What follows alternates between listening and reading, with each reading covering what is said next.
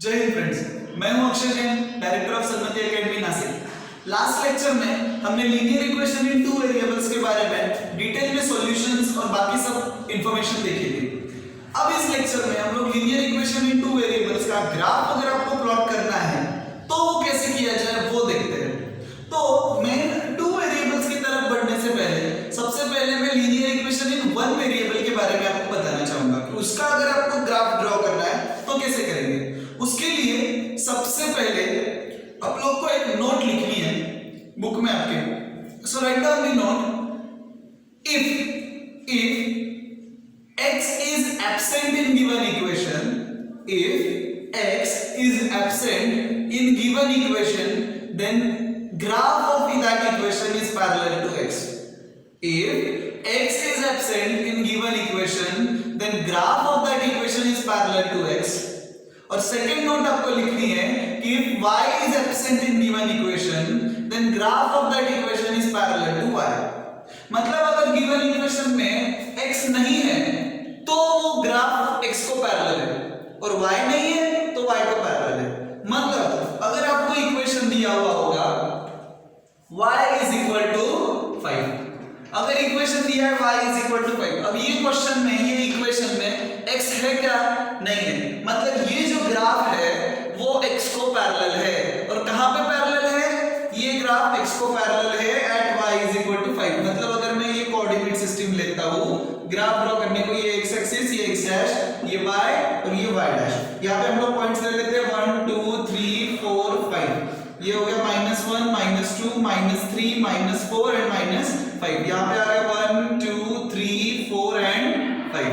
ये हो गया -1 -2 -3 -4 एंड अब ये ग्राफ में ये वाले इक्वेशन में y is equal to 5, ये इक्वेशन में x नहीं है तो इसका ग्राफ जाएगा x को पैरेलल। कहां से? y is equal to 5 से। y is equal to 5 कहां पे? यहां पे y एक्सिस पे 5।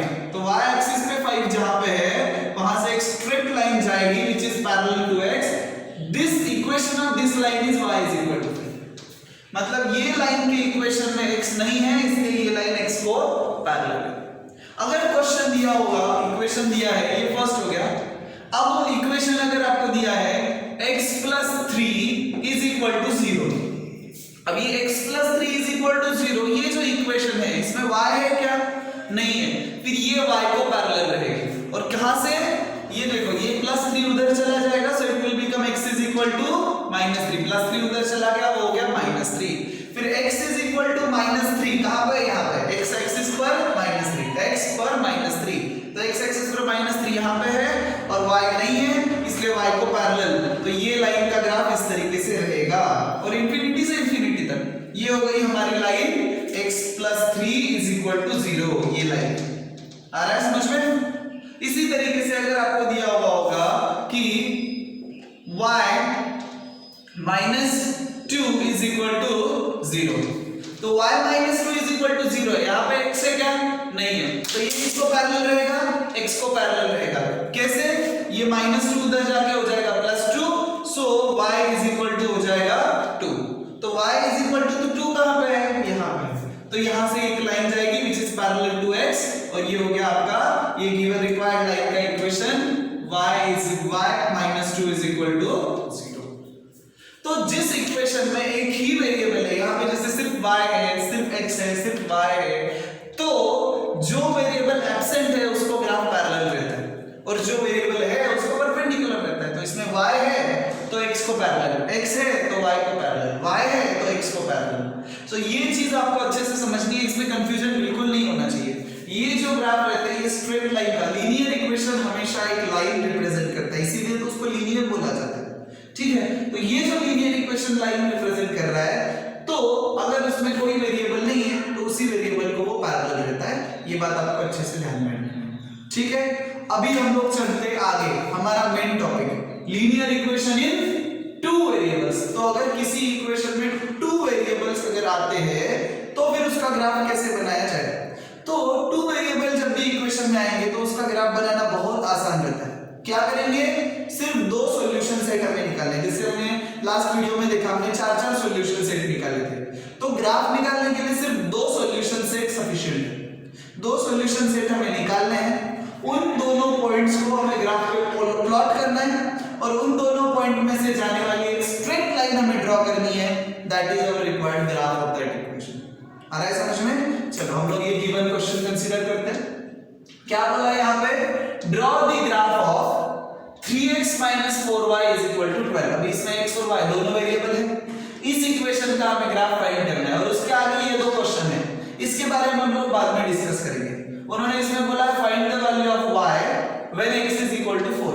तो ग्राफ पे से हमें देखना है कि जब ग्राफ में x की वैल्यू 4 है तो y की वैल्यू क्या आएगी, और find the value of x when y = 0। तो जब y = 0 है तो x की वैल्यू क्या है, ये हमें ग्राफ से फाइंड करना है। तो चलो सबसे पहले तो हम लोग ग्राफ बनाते हैं। सो क्या इक्वेशन है हमारा? Consider given equation, consider 3x - 4y = 12। अभी मैंने बोला था क्या करेंगे हम लोग, सबसे पहले किसी एक वेरिएबल को हम लोग अकेला करेंगे, ठीक है? तो ये -4y को मैं उधर शिफ्ट कर देता हूं। सो क्या बन जाएगा, देयरफॉर 3x = 12 + 4y, ठीक? अब ये 3 यहां पे मल्टीप्लाई कर रहा है, उधर जाके क्या करेगा, डिवाइड करेगा। सो देयरफॉर मेरा इक्वेशन बन जाएगा x देयरफॉर इक्वेशन बन जाएगा x = 12 + 4y / 3, ठीक है? क्या बन गया इक्वेशन? 12 + 4y / 3। ये 3 जो यहां पे मल्टीप्लाई कर रहा था वो नीचे जाके डिवाइड करेगा, तो ये मेरा अकेला x आ गया। अब मुझे कितने सॉल्यूशन सेट फाइंड करने हैं? सिर्फ 2। ग्राफ बनाने के लिए सिर्फ 2 सॉल्यूशन सेट सफिशिएंट है। तो हम लोग आगे चलते हैं। तो यहाँ पे ये सॉल्यूशन सेट आ जाएगा x और y का, तो ये x और y और 2 सॉल्यूशन सेट चाहिए। तो क्या करेंगे हम लोग, पहले y की वैल्यू हमारे मन से लेनी है, उसके अकॉर्डिंगली x को फाइंड करना है। लेकिन यहाँ पे y की वैल्यू लेते समय याद रखना है कि y की वैल्यू ऐसी लेनी है कि x भी हमारा इंटीजर है, ठीक है? तो देखो अभी थोड़ा सा ट्रायल एंड एरर मेथड से जाना पड़ता है कभी-कभी, तो y की वैल्यू हम लोग 1 0 लेके देखते हैं। सो y को अगर मैंने 0 पुट कर दिया, 0 * एनीथिंग 0, तो ये हो गया जाए 0। तो 12 + 0 = 12, 12/3 आंसर आएगा 4। तो y की वैल्यू अगर मैं 0 लेता हूं तो x की वैल्यू आ जाती है 4। When y = 0 then x = 4। यहां पे 0 पुट कर दिया तो ये 0 हो गया, तो 12/3 आ गया, ठीक है? फिर अभी हम लोग और थोड़ी सी वैल्यू लेते हैं। y की वैल्यू अगर मैं 1 ले लेता हूं, देखो y की वैल्यू 1 लेने से 4 1 4, 12 + 4 कितना हो जाएगा, 16। 16 इज नॉट डिविजिबल बाय 3, तो हमें चेंज करना पड़ेगा। तो फिर y की वैल्यू 2 लेके देखो, तो y की वैल्यू जब हम लोग 2 लेते हैं तो 4 2 8, 12 + 8 is 20, but 20 is also not divisible by 3, तो इंटीजर नहीं आएगा, छोड़ दो। y की वैल्यू 3 ले लेते हैं तो क्या हो जाएगा, 4 3s are 12, 12 + 12 24, 24 is divisible by 3, yes आता तो है। 24 जो है वो 3 से डिविजिबल तो है, लेकिन आंसर 8 आएगा। 8 इज अ लार्ज नंबर, तो 8 का ग्राफ बनाने के लिए हमें बहुत बड़ा ग्राफ बनाना पड़ेगा। चलेगा, प्रॉब्लम कुछ भी नहीं है, ग्राफ बनेगा, आंसर आएगा, सब होगा, लेकिन ग्राफ बड़ा बन जाएगा। तो क्या करेंगे, y की वैल्यू माइनस में लेके देखते हैं ना। y की वैल्यू लेते हैं -3, तो y की वैल्यू अगर मैं -3 लेता हूं तो 4 * -3, 4 * -3 कितना होगा, -12, 12 - 12 इज 0, 0 upon anything 0। तो y की वैल्यू अगर मैं -3 लेता हूं तो x की वैल्यू हो जाएगी 0। अब देखो ये 4 और ये -3 छोटे-छोटे नंबर है, तो ग्राफ हमारा इजी हो जाता है। तो कभी भी याद रखना है, जहां तक हो सके एक को 0 ले लो, दूसरे की वैल्यू फाइंड करो, फिर दूसरे को 0 लो, तीसरे इसकी वैल्यू फाइंड कर लो, तो ऐसे ज्यादा आसान रहता है। सॉल्यूशन सेट हमेशा 0 एंड समथिंग, समथिंग एंड 0 इसी तरीके से रहा तो ज्यादा इजीली प्लॉट हो जाते हैं, ठीक है? तो अभी हम लोग को 2 सॉल्यूशन सेट मिल गए, 4,0 एंड 0,3। और एक बात याद रखना, किसी भी इक्वेशन के जितने सॉल्यूशन सेट रहते हैं उन सब में से वो लाइन पास होती है। इस इक्वेशन के मैं infinite number of solution set अगर निकालता हूं तो सभी सॉल्यूशन सेट में से वो सिंगल लाइन पास होगी, ठीक है? हर सॉल्यूशन जो होता है वो ग्राफ पे लाई करता है और हर ग्राफ सॉल्यूशन में से जाता है, ठीक है? चलो देखते हैं। यहाँ पे एक ग्राफ बना लेते हैं हम लोग, x और y कोऑर्डिनेट सिस्टम बना लेते हैं, ठीक? सो ये हो गया हमारा x एक्सिस, ये x डैश, ये आ गया y और ये y डैश, ठीक? ये हमारा ओरिजिन O। फिर यहाँ पे हम लोग मार्किंग कर लेते हैं 1 2 3 4 5। हमें तो 4 और -3 चाहिए, ज्यादा लंबा जाने की जरूरत है नहीं। सो यहाँ पे -1 -2 -3 -4, ठीक है। ऊपर भी आ जाएगा 1 2 3 4 एंड सो।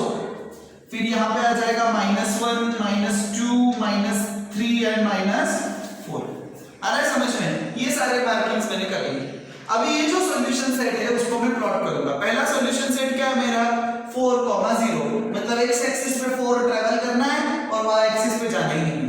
तो यहां से देखो, यहां से ओरिजिन से निकले, x एक्सिस पे 4 ट्रैवल किया, y पे कितना ट्रैवल करना है, नहीं करना है, मतलब दिस इज माय पॉइंट। मतलब ये मिल गया मेरा पहला कोऑर्डिनेट वो इक्वेशन के सॉल्यूशन का। ये सॉल्यूशन सेट है ना, उसका ये पहला कोऑर्डिनेट है। दूसरा कौन सा है? दूसरे के लिए मुझे x पे ट्रैवल करना ही नहीं, मतलब इधर इधर जाना ही नहीं, सिर्फ y पे कितना, -3, मतलब नीचे आ जाऊंगा। सो ये हो गया मेरा दूसरा कोऑर्डिनेट 0, -3।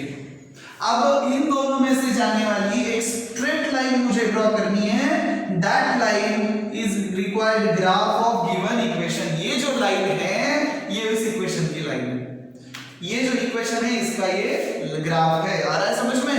तो यहाँ पे मैं डिनोट कर दूंगा कि this line represent equation 3x - 4y = 12। ये उसकी लाइन है। अभी आप लोग समझो कि इस लाइन के मैं जितने भी इस इक्वेशन के जितने भी सॉल्यूशन सेट मैं निकालूंगा वो सारे के सारे सॉल्यूशन सेट इस लाइन पे लाई करेंगे। मतलब देखो, अगर मैं और कोई सॉल्यूशन सेट लेता हूं, छोटा सा अगर कोई सॉल्यूशन सेट में अगर लेता हूं, जैसे अभी मैंने ग्राफ बहुत छोटा निकाला है, सॉल्यूशन सेट मेरा बाहर जाएगा, वरना कोई भी सॉल्यूशन सेट में अगर लेता हूं यहाँ पे, तो वो इस लाइन पे ही लाई करेगा। याद रखना, इनफाइनाइट जैसे हमने 4 सॉल्यूशन सेट का अगर किया मैंने, तो वो सारे के सारे कोलिनियर आएंगे, उन सब में से एक सिंगल लाइन पास होगा। तो क्या है, नोट आपको लिख लेनी है कि every solution set of a equation lie on it's graph. इस इक्वेशन के सारे सॉल्यूशन सेट यही लाइन पे लाई करेंगे, ठीक। And every point on this line, फिर से पहली नोट लिख ली आपने कि every solution set of this equation lie on the graph of that equation. And second note आपको वो लिखनी है कि every point on this line, कितने पॉइंट से बनी है ये लाइन? इनफाइनाइट पॉइंट से। तो सारे infinite point, every point of this line is a solution set of this equation. Every point on this line is a solution set of this equation। बहुत easy है, इस लाइन पे लाई करने वाला हर point इसका सॉल्यूशन है और इसका हर सॉल्यूशन इस लाइन पे लाई करता है। समझ में आ रहा है? तो इसका यूज आपको कुछ क्वेश्चन में सॉल्व करने के लिए होता है। सो अभी देखो, अभी ये क्वेश्चन की तरफ जाते हैं। उन्होंने क्या बोला है? Find the value of y when x is equal to 4। अब ये तो हमें यहीं पे मिल गई टेबल में, यहाँ पे x is equal to 4 है तो y 0 है, तो पहले का आंसर आ गया कि y is equal to 0, ठीक है। और दूसरा find x when y is equal to 0। अरे यार ठीक है, ये सेम क्वेश्चन हो गया कि इसमें y is equal to 0 है तो x क्या हो जाएगा? 4 हो जाएगा। बहुत इजी क्वेश्चन है, क्योंकि एक ही सॉल्यूशन सेट में हमें दोनों आंसर मिल गए, तो वो आंसर भी हमने लिख लिए। और किसी भी लीनियर इक्वेशन इन 2 वेरिएबल का ग्राफ इस तरीके से ड्रॉ किया जाता है। क्या करेंगे? दो सॉल्यूशन सेट फाइंड करेंगे, उनको ग्राफ पे प्लॉट करेंगे और जॉइन कर देंगे, हो गया। लेकिन याद रखना, जॉइन करने के बाद वो लाइन को दोनों साइड से एरोहेड बनाना कंपलसरी है, because it is line, it's not a segment. ये ग्राफ कौन सा है? लाइन का ग्राफ है, सेगमेंट नहीं। सेगमेंट का इक्वेशन नहीं रहता है, इक्वेशन लाइन का होता है, ठीक है। और ये भी बात आपको समझ में आ गया होगा, जो वेरिएबल है उसको देखो यहाँ पे ढूंढो, और जो नहीं है उसको पैरेलल लाइन बना दो। यहाँ पे x नहीं था तो x को पैरेलल लाइन आ गई, यहाँ पे y नहीं था तो y को पैरेलल लाइन आ गई, यहाँ पे x नहीं तो x को पैरेलल लाइन आ गई। इस तरीके से linear equation in one variable के ग्राफ बनते हैं। अब कुछ क्वेश्चन ऐसे रहते हैं जो वर्ड प्रॉब्लम रहते हैं, वहां पे पहले तो हमें कभी-कभी इक्वेशन बनाना पड़ता है और फिर उसको ग्राफ पे प्लॉट करना पड़ता है। तो ऐसे मामले में हम कैसे सॉल्व करेंगे उसका एग्जांपल अभी हम लोग देखते हैं। अब ये जो बोर्ड पे लिखा हुआ है ये वर्ड प्रॉब्लम है, उसमें हमें इक्वेशन भी बनाना है और उस इक्वेशन का ग्राफ भी बनाना है। तो देखते हैं क्वेश्चन क्या है। क्वेश्चन दिया है the taxi fare in a city is as follows. किसी सिटी में जो टैक्सी चार्जेस रहते हैं, रेंटल कैब हम करते हैं, उसके फेयर्स के बारे में इंफॉर्मेशन दी है। फॉर फर्स्ट किलोमीटर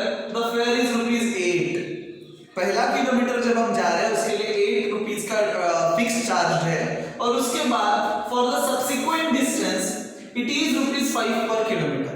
मतलब फर्स्ट किलोमीटर का ये फिक्स चार्ज है कि 8 रुपीज, और उसके बाद जितने किलोमीटर आप लोग ट्रैवल करोगे उसका 5 रुपीज पर किलोमीटर का चार्ज है। So taking distance covered as x and fare as y, write the equation and draw the graph of this information। मतलब हमें डिस्टेंस कवर को x लेना है और फेयर को y लेना है। ये अगर उन्होंने नहीं भी बताया हुआ होता तो हमें वैसा ही लेना पड़ता, क्योंकि इसमें दो चीजें, एक है डिस्टेंस ट्रैवल्ड और दूसरा है फेयर, तो दोनों को x और y लेके ही हमें सॉल्व करना पड़ता है, लेकिन उन्होंने दिया है तो हम लोग चलते आगे। सो मेन पॉइंट दो है कि फर्स्ट किलोमीटर के लिए हमारा फेयर है ₹8 और सब्सिक्वेंट के लिए हमारा फेयर है ₹5 पर किलोमीटर। ठीक है, सो यहाँ पे डिस्टेंस कवर को उन्होंने x बोल दिया है, सो वो लिख लेते हैं एक बार। हियर लेट डिस्टेंस कवर्ड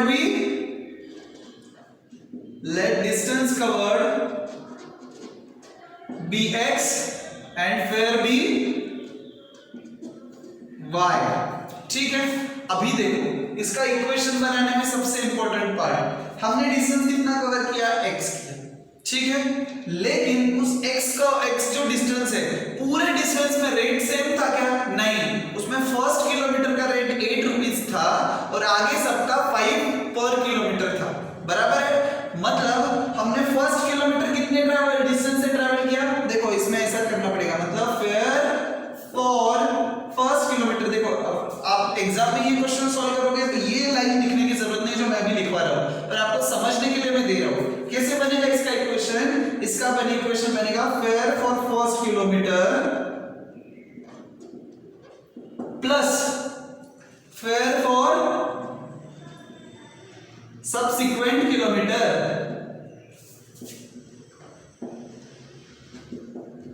है कि नहीं? Fare for first kilometre plus fare for subsequent kilometre will be equal to total fare, जो टोटल चार्जेस हमें लगे।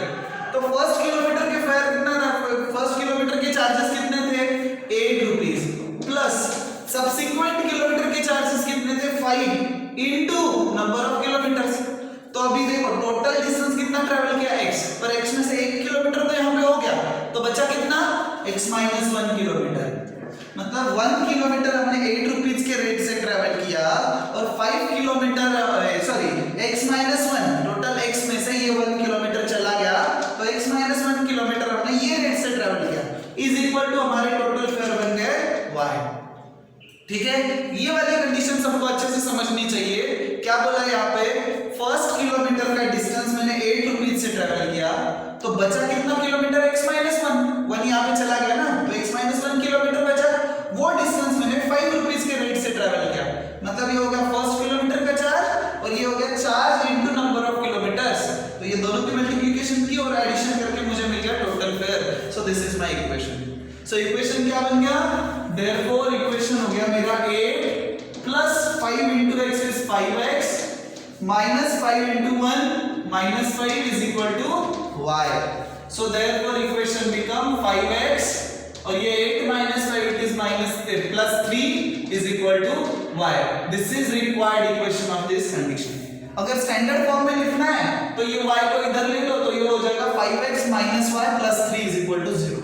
लेकिन मुझे ग्राफ बनाना है, ग्राफ बनाने के लिए एक वेरिएबल मुझे अकेला चाहिए, वो मुझे मिल चुका है, इसलिए मैं इसको चेंज नहीं करूंगा। सो नाउ फॉर ग्राफ के लिए टेबल बना लेते हैं। ये x और यहाँ पे y, तो हम लोग x के वैल्यूज लेंगे, उसके अकॉर्डिंगली हमें y के वैल्यूज मिल जाएंगे। तो सबसे पहले क्या करेंगे? x को ले लेते हैं 0। तो x को अगर हम 0 लेते हैं x को अगर हम लोग 0 लेते हैं तो 5 into 0 it is 0 plus 3, so 0 plus 3 is 3, तो y की वैल्यू हो जाएगी 3। ठीक है, उसके बाद अगर x को ले लेते हैं हम लोग -1, x की वैल्यू मैं ले लेता हूं -1, क्यों प्लस में नहीं ली? मैंने प्लस में लेता तो ये वैल्यू 5 into 1 5 plus 8 बड़ा हो जाता ना इक्वेशन, मैंने बोला था छोटी वैल्यू आई तो ग्राफ इजी बन जाता है। सो 5 -1 ले लिया तो 5 into -1 is -5 plus 3, so y is equal to -2।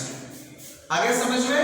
x को जब 0 ले लिया तो y आ गया 3 और x को ले लिया मैंने -1 सो y आ गया -2। तो सारी वैल्यूज मेरी छोटी छोटी आ गई तो ग्राफ भी इजी बनेगा। ग्राफ बनाने के लिए दो सॉल्यूशन चाहिए थे, वो मुझे मिल गए। इक्वेशन कैसे बनाया वो भी मैंने आपको अच्छे से बताया हुआ है। अभी हम लोग ग्राफ बना लेते हैं। सो मूविंग टुवर्ड्स ग्राफ, ये x डैश, यहाँ पे x है, ये y डैश है, ये हो गया ओरिजिन। अब देखो हमारे पॉइंट मैक्सिमम 3 है तो हम ज्यादा तो इसमें टेंशन नहीं लेंगे। 1 2 3 4 सफिशिएंट है। सो यहाँ पे 1 2 3 4, यहाँ पे आ जाएगा -1 -2 -3 -4, यहाँ पे आ जाएगा -1 -2 -3 -4। अभी पहला पॉइंट हम लोग देखते हैं। पहला पॉइंट क्या है यहाँ पे? पहला पॉइंट आएगा 0,3। सो x एक्सिस पे मुझे जाना है 0, मतलब x एक्सिस पे ट्रैवल ही नहीं करना है, सिर्फ y एक्सिस पे ट्रैवल करना है। कहां तक? Up to 3। सो ये हो गया, ये 0 गया नहीं और यहां से 3। So this is my first coordinate 0,3। और दूसरा कौन सा है?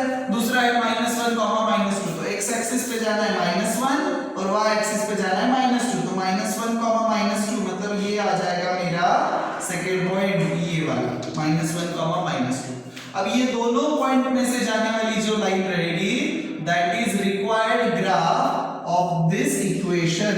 ठीक है, मेरी लाइन थोड़ी सी टेढ़ी लग सकती है आपको क्योंकि ये मैंने स्केल से नहीं ड्रॉ की, ये लाइन ऐसी जाएगी। So this is your required graph of this equation. ठीक है, कौन से इक्वेशन का ग्राफ है ये? इस वाले इक्वेशन का, मतलब ये ग्राफ है 5x - 3 = y, इस इक्वेशन का ये ग्राफ है। ठीक है, और ये कंडीशन को ग्राफिकली हमने डिनोट कर दिया। लेकिन एक बात आपको बतानी रह चुकी है ग्राफ के मामले में, ग्राफ जब भी हम लोग ड्रॉ करते हैं तो एक कंपलसरी चीज हमें करनी पड़ती है, दैट इज स्केल। सो यहाँ पे हमें राइट अपर कॉर्नर में, अपर राइट कॉर्नर में हमेशा स्केल लिखी जाती है। स्केल कैसे आएंगे? अभी देखो, ऑन y एक्सिस के मामले में 1 सेंटीमीटर, देखो आपका ग्राफ कैसा रहता है? 1 सेंटीमीटर का रहता है। तो y एक्सिस और x एक्सिस, तो पहले x एक्सिस लिख लेते हैं। चलो x एक्सिस किसको लिया है आपने? x इज डिस्टेंस कवर्ड और इन किलोमीटर है। तो x एक्सिस पे क्या आ जाएगा? 1 centimetre is equivalent to 1 kilometre. ठीक है, क्योंकि 1 से हमने शिफ्ट किया है। और y एक्सिस पे क्या आएगा? y एक्सिस पे आ जाएगा 1 सेंटीमीटर इज इक्विवेलेंट टू ₹1, क्योंकि y को हमने लिया है फेयर। तो जब भी हम लोग ग्राफ ड्रॉ करते हैं तो उसमें हमें स्केल लिखना कंपलसरी है। x को हमने माना था distance covered which is in kilometre, तो डिस्टेंस का यूनिट किलोमीटर है। सो 1 सेंटीमीटर इज 1 किलोमीटर। और फेयर का यूनिट, फेयर मतलब चार्जेस का यूनिट है रुपीस, तो 1 सेंटीमीटर इज 1 रुपीस। ये स्केल लिखना कंपलसरी है। इतनी सारी चीजें आपके ग्राफ में होनी चाहिए। इस तरीके से इक्वेशन बनता है और ये पूरा क्वेश्चन आपको 3 मार्क्स के लिए आ सकता है एग्जाम में, और इसको पूरा इसी तरीके से आपको सॉल्व करना है। 3 या फिर 4, इसमें एक आधा क्वेश्चन ऐड करके सब क्वेश्चन 4 मार्क्स को भी ये क्वेश्चन आपको आ सकता है। तो अगर ये जो ग्राफ है लीनियर इक्वेशन का इस मामले में, या फिर ये पूरे कोऑर्डिनेट ज्योमेट्री के मामले में, अभी आज ये लेक्चर लास्ट था कोऑर्डिनेट ज्योमेट्री का, तो इस लेक्चर कोऑर्डिनेट ज्योमेट्री के मामले में या फिर लीनियर इक्वेशन इन 2 वेरिएबल के ग्राफ्स के मामले में, सॉल्यूशन के मामले में कुछ भी डाउट आता है तो नीचे कमेंट सेक्शन में को पूछ सकते हो, या फिर नेक्स्ट स्क्रीन पे दिखाए जाने वाले मेरे नंबर पे कॉल करके या फिर व्हाट्सएप करके आप अपना डाउट क्लियर कर सकते हो। अगर नासिक से हो तो सन्मति एकेडमी की कॉलेज रोड या फिर मसरूम कोई भी ब्रांच में विजिट करके आप पर्सनली अपना डाउट क्लियर कर सकते हो। और ये जो लेक्चर सीरीज चल रही है 8th स्टैंडर्ड से लेकर 12th स्टैंडर्ड तक के लेक्चर इस चैनल पे धीरे धीरे अवेलेबल होते जाएंगे, तो उन सारे लेक्चर्स को देखते रहने के लिए ये चैनल को सब्सक्राइब कर लेना और नोटिफिकेशन ऑन कर लेना। Have a nice day, good night.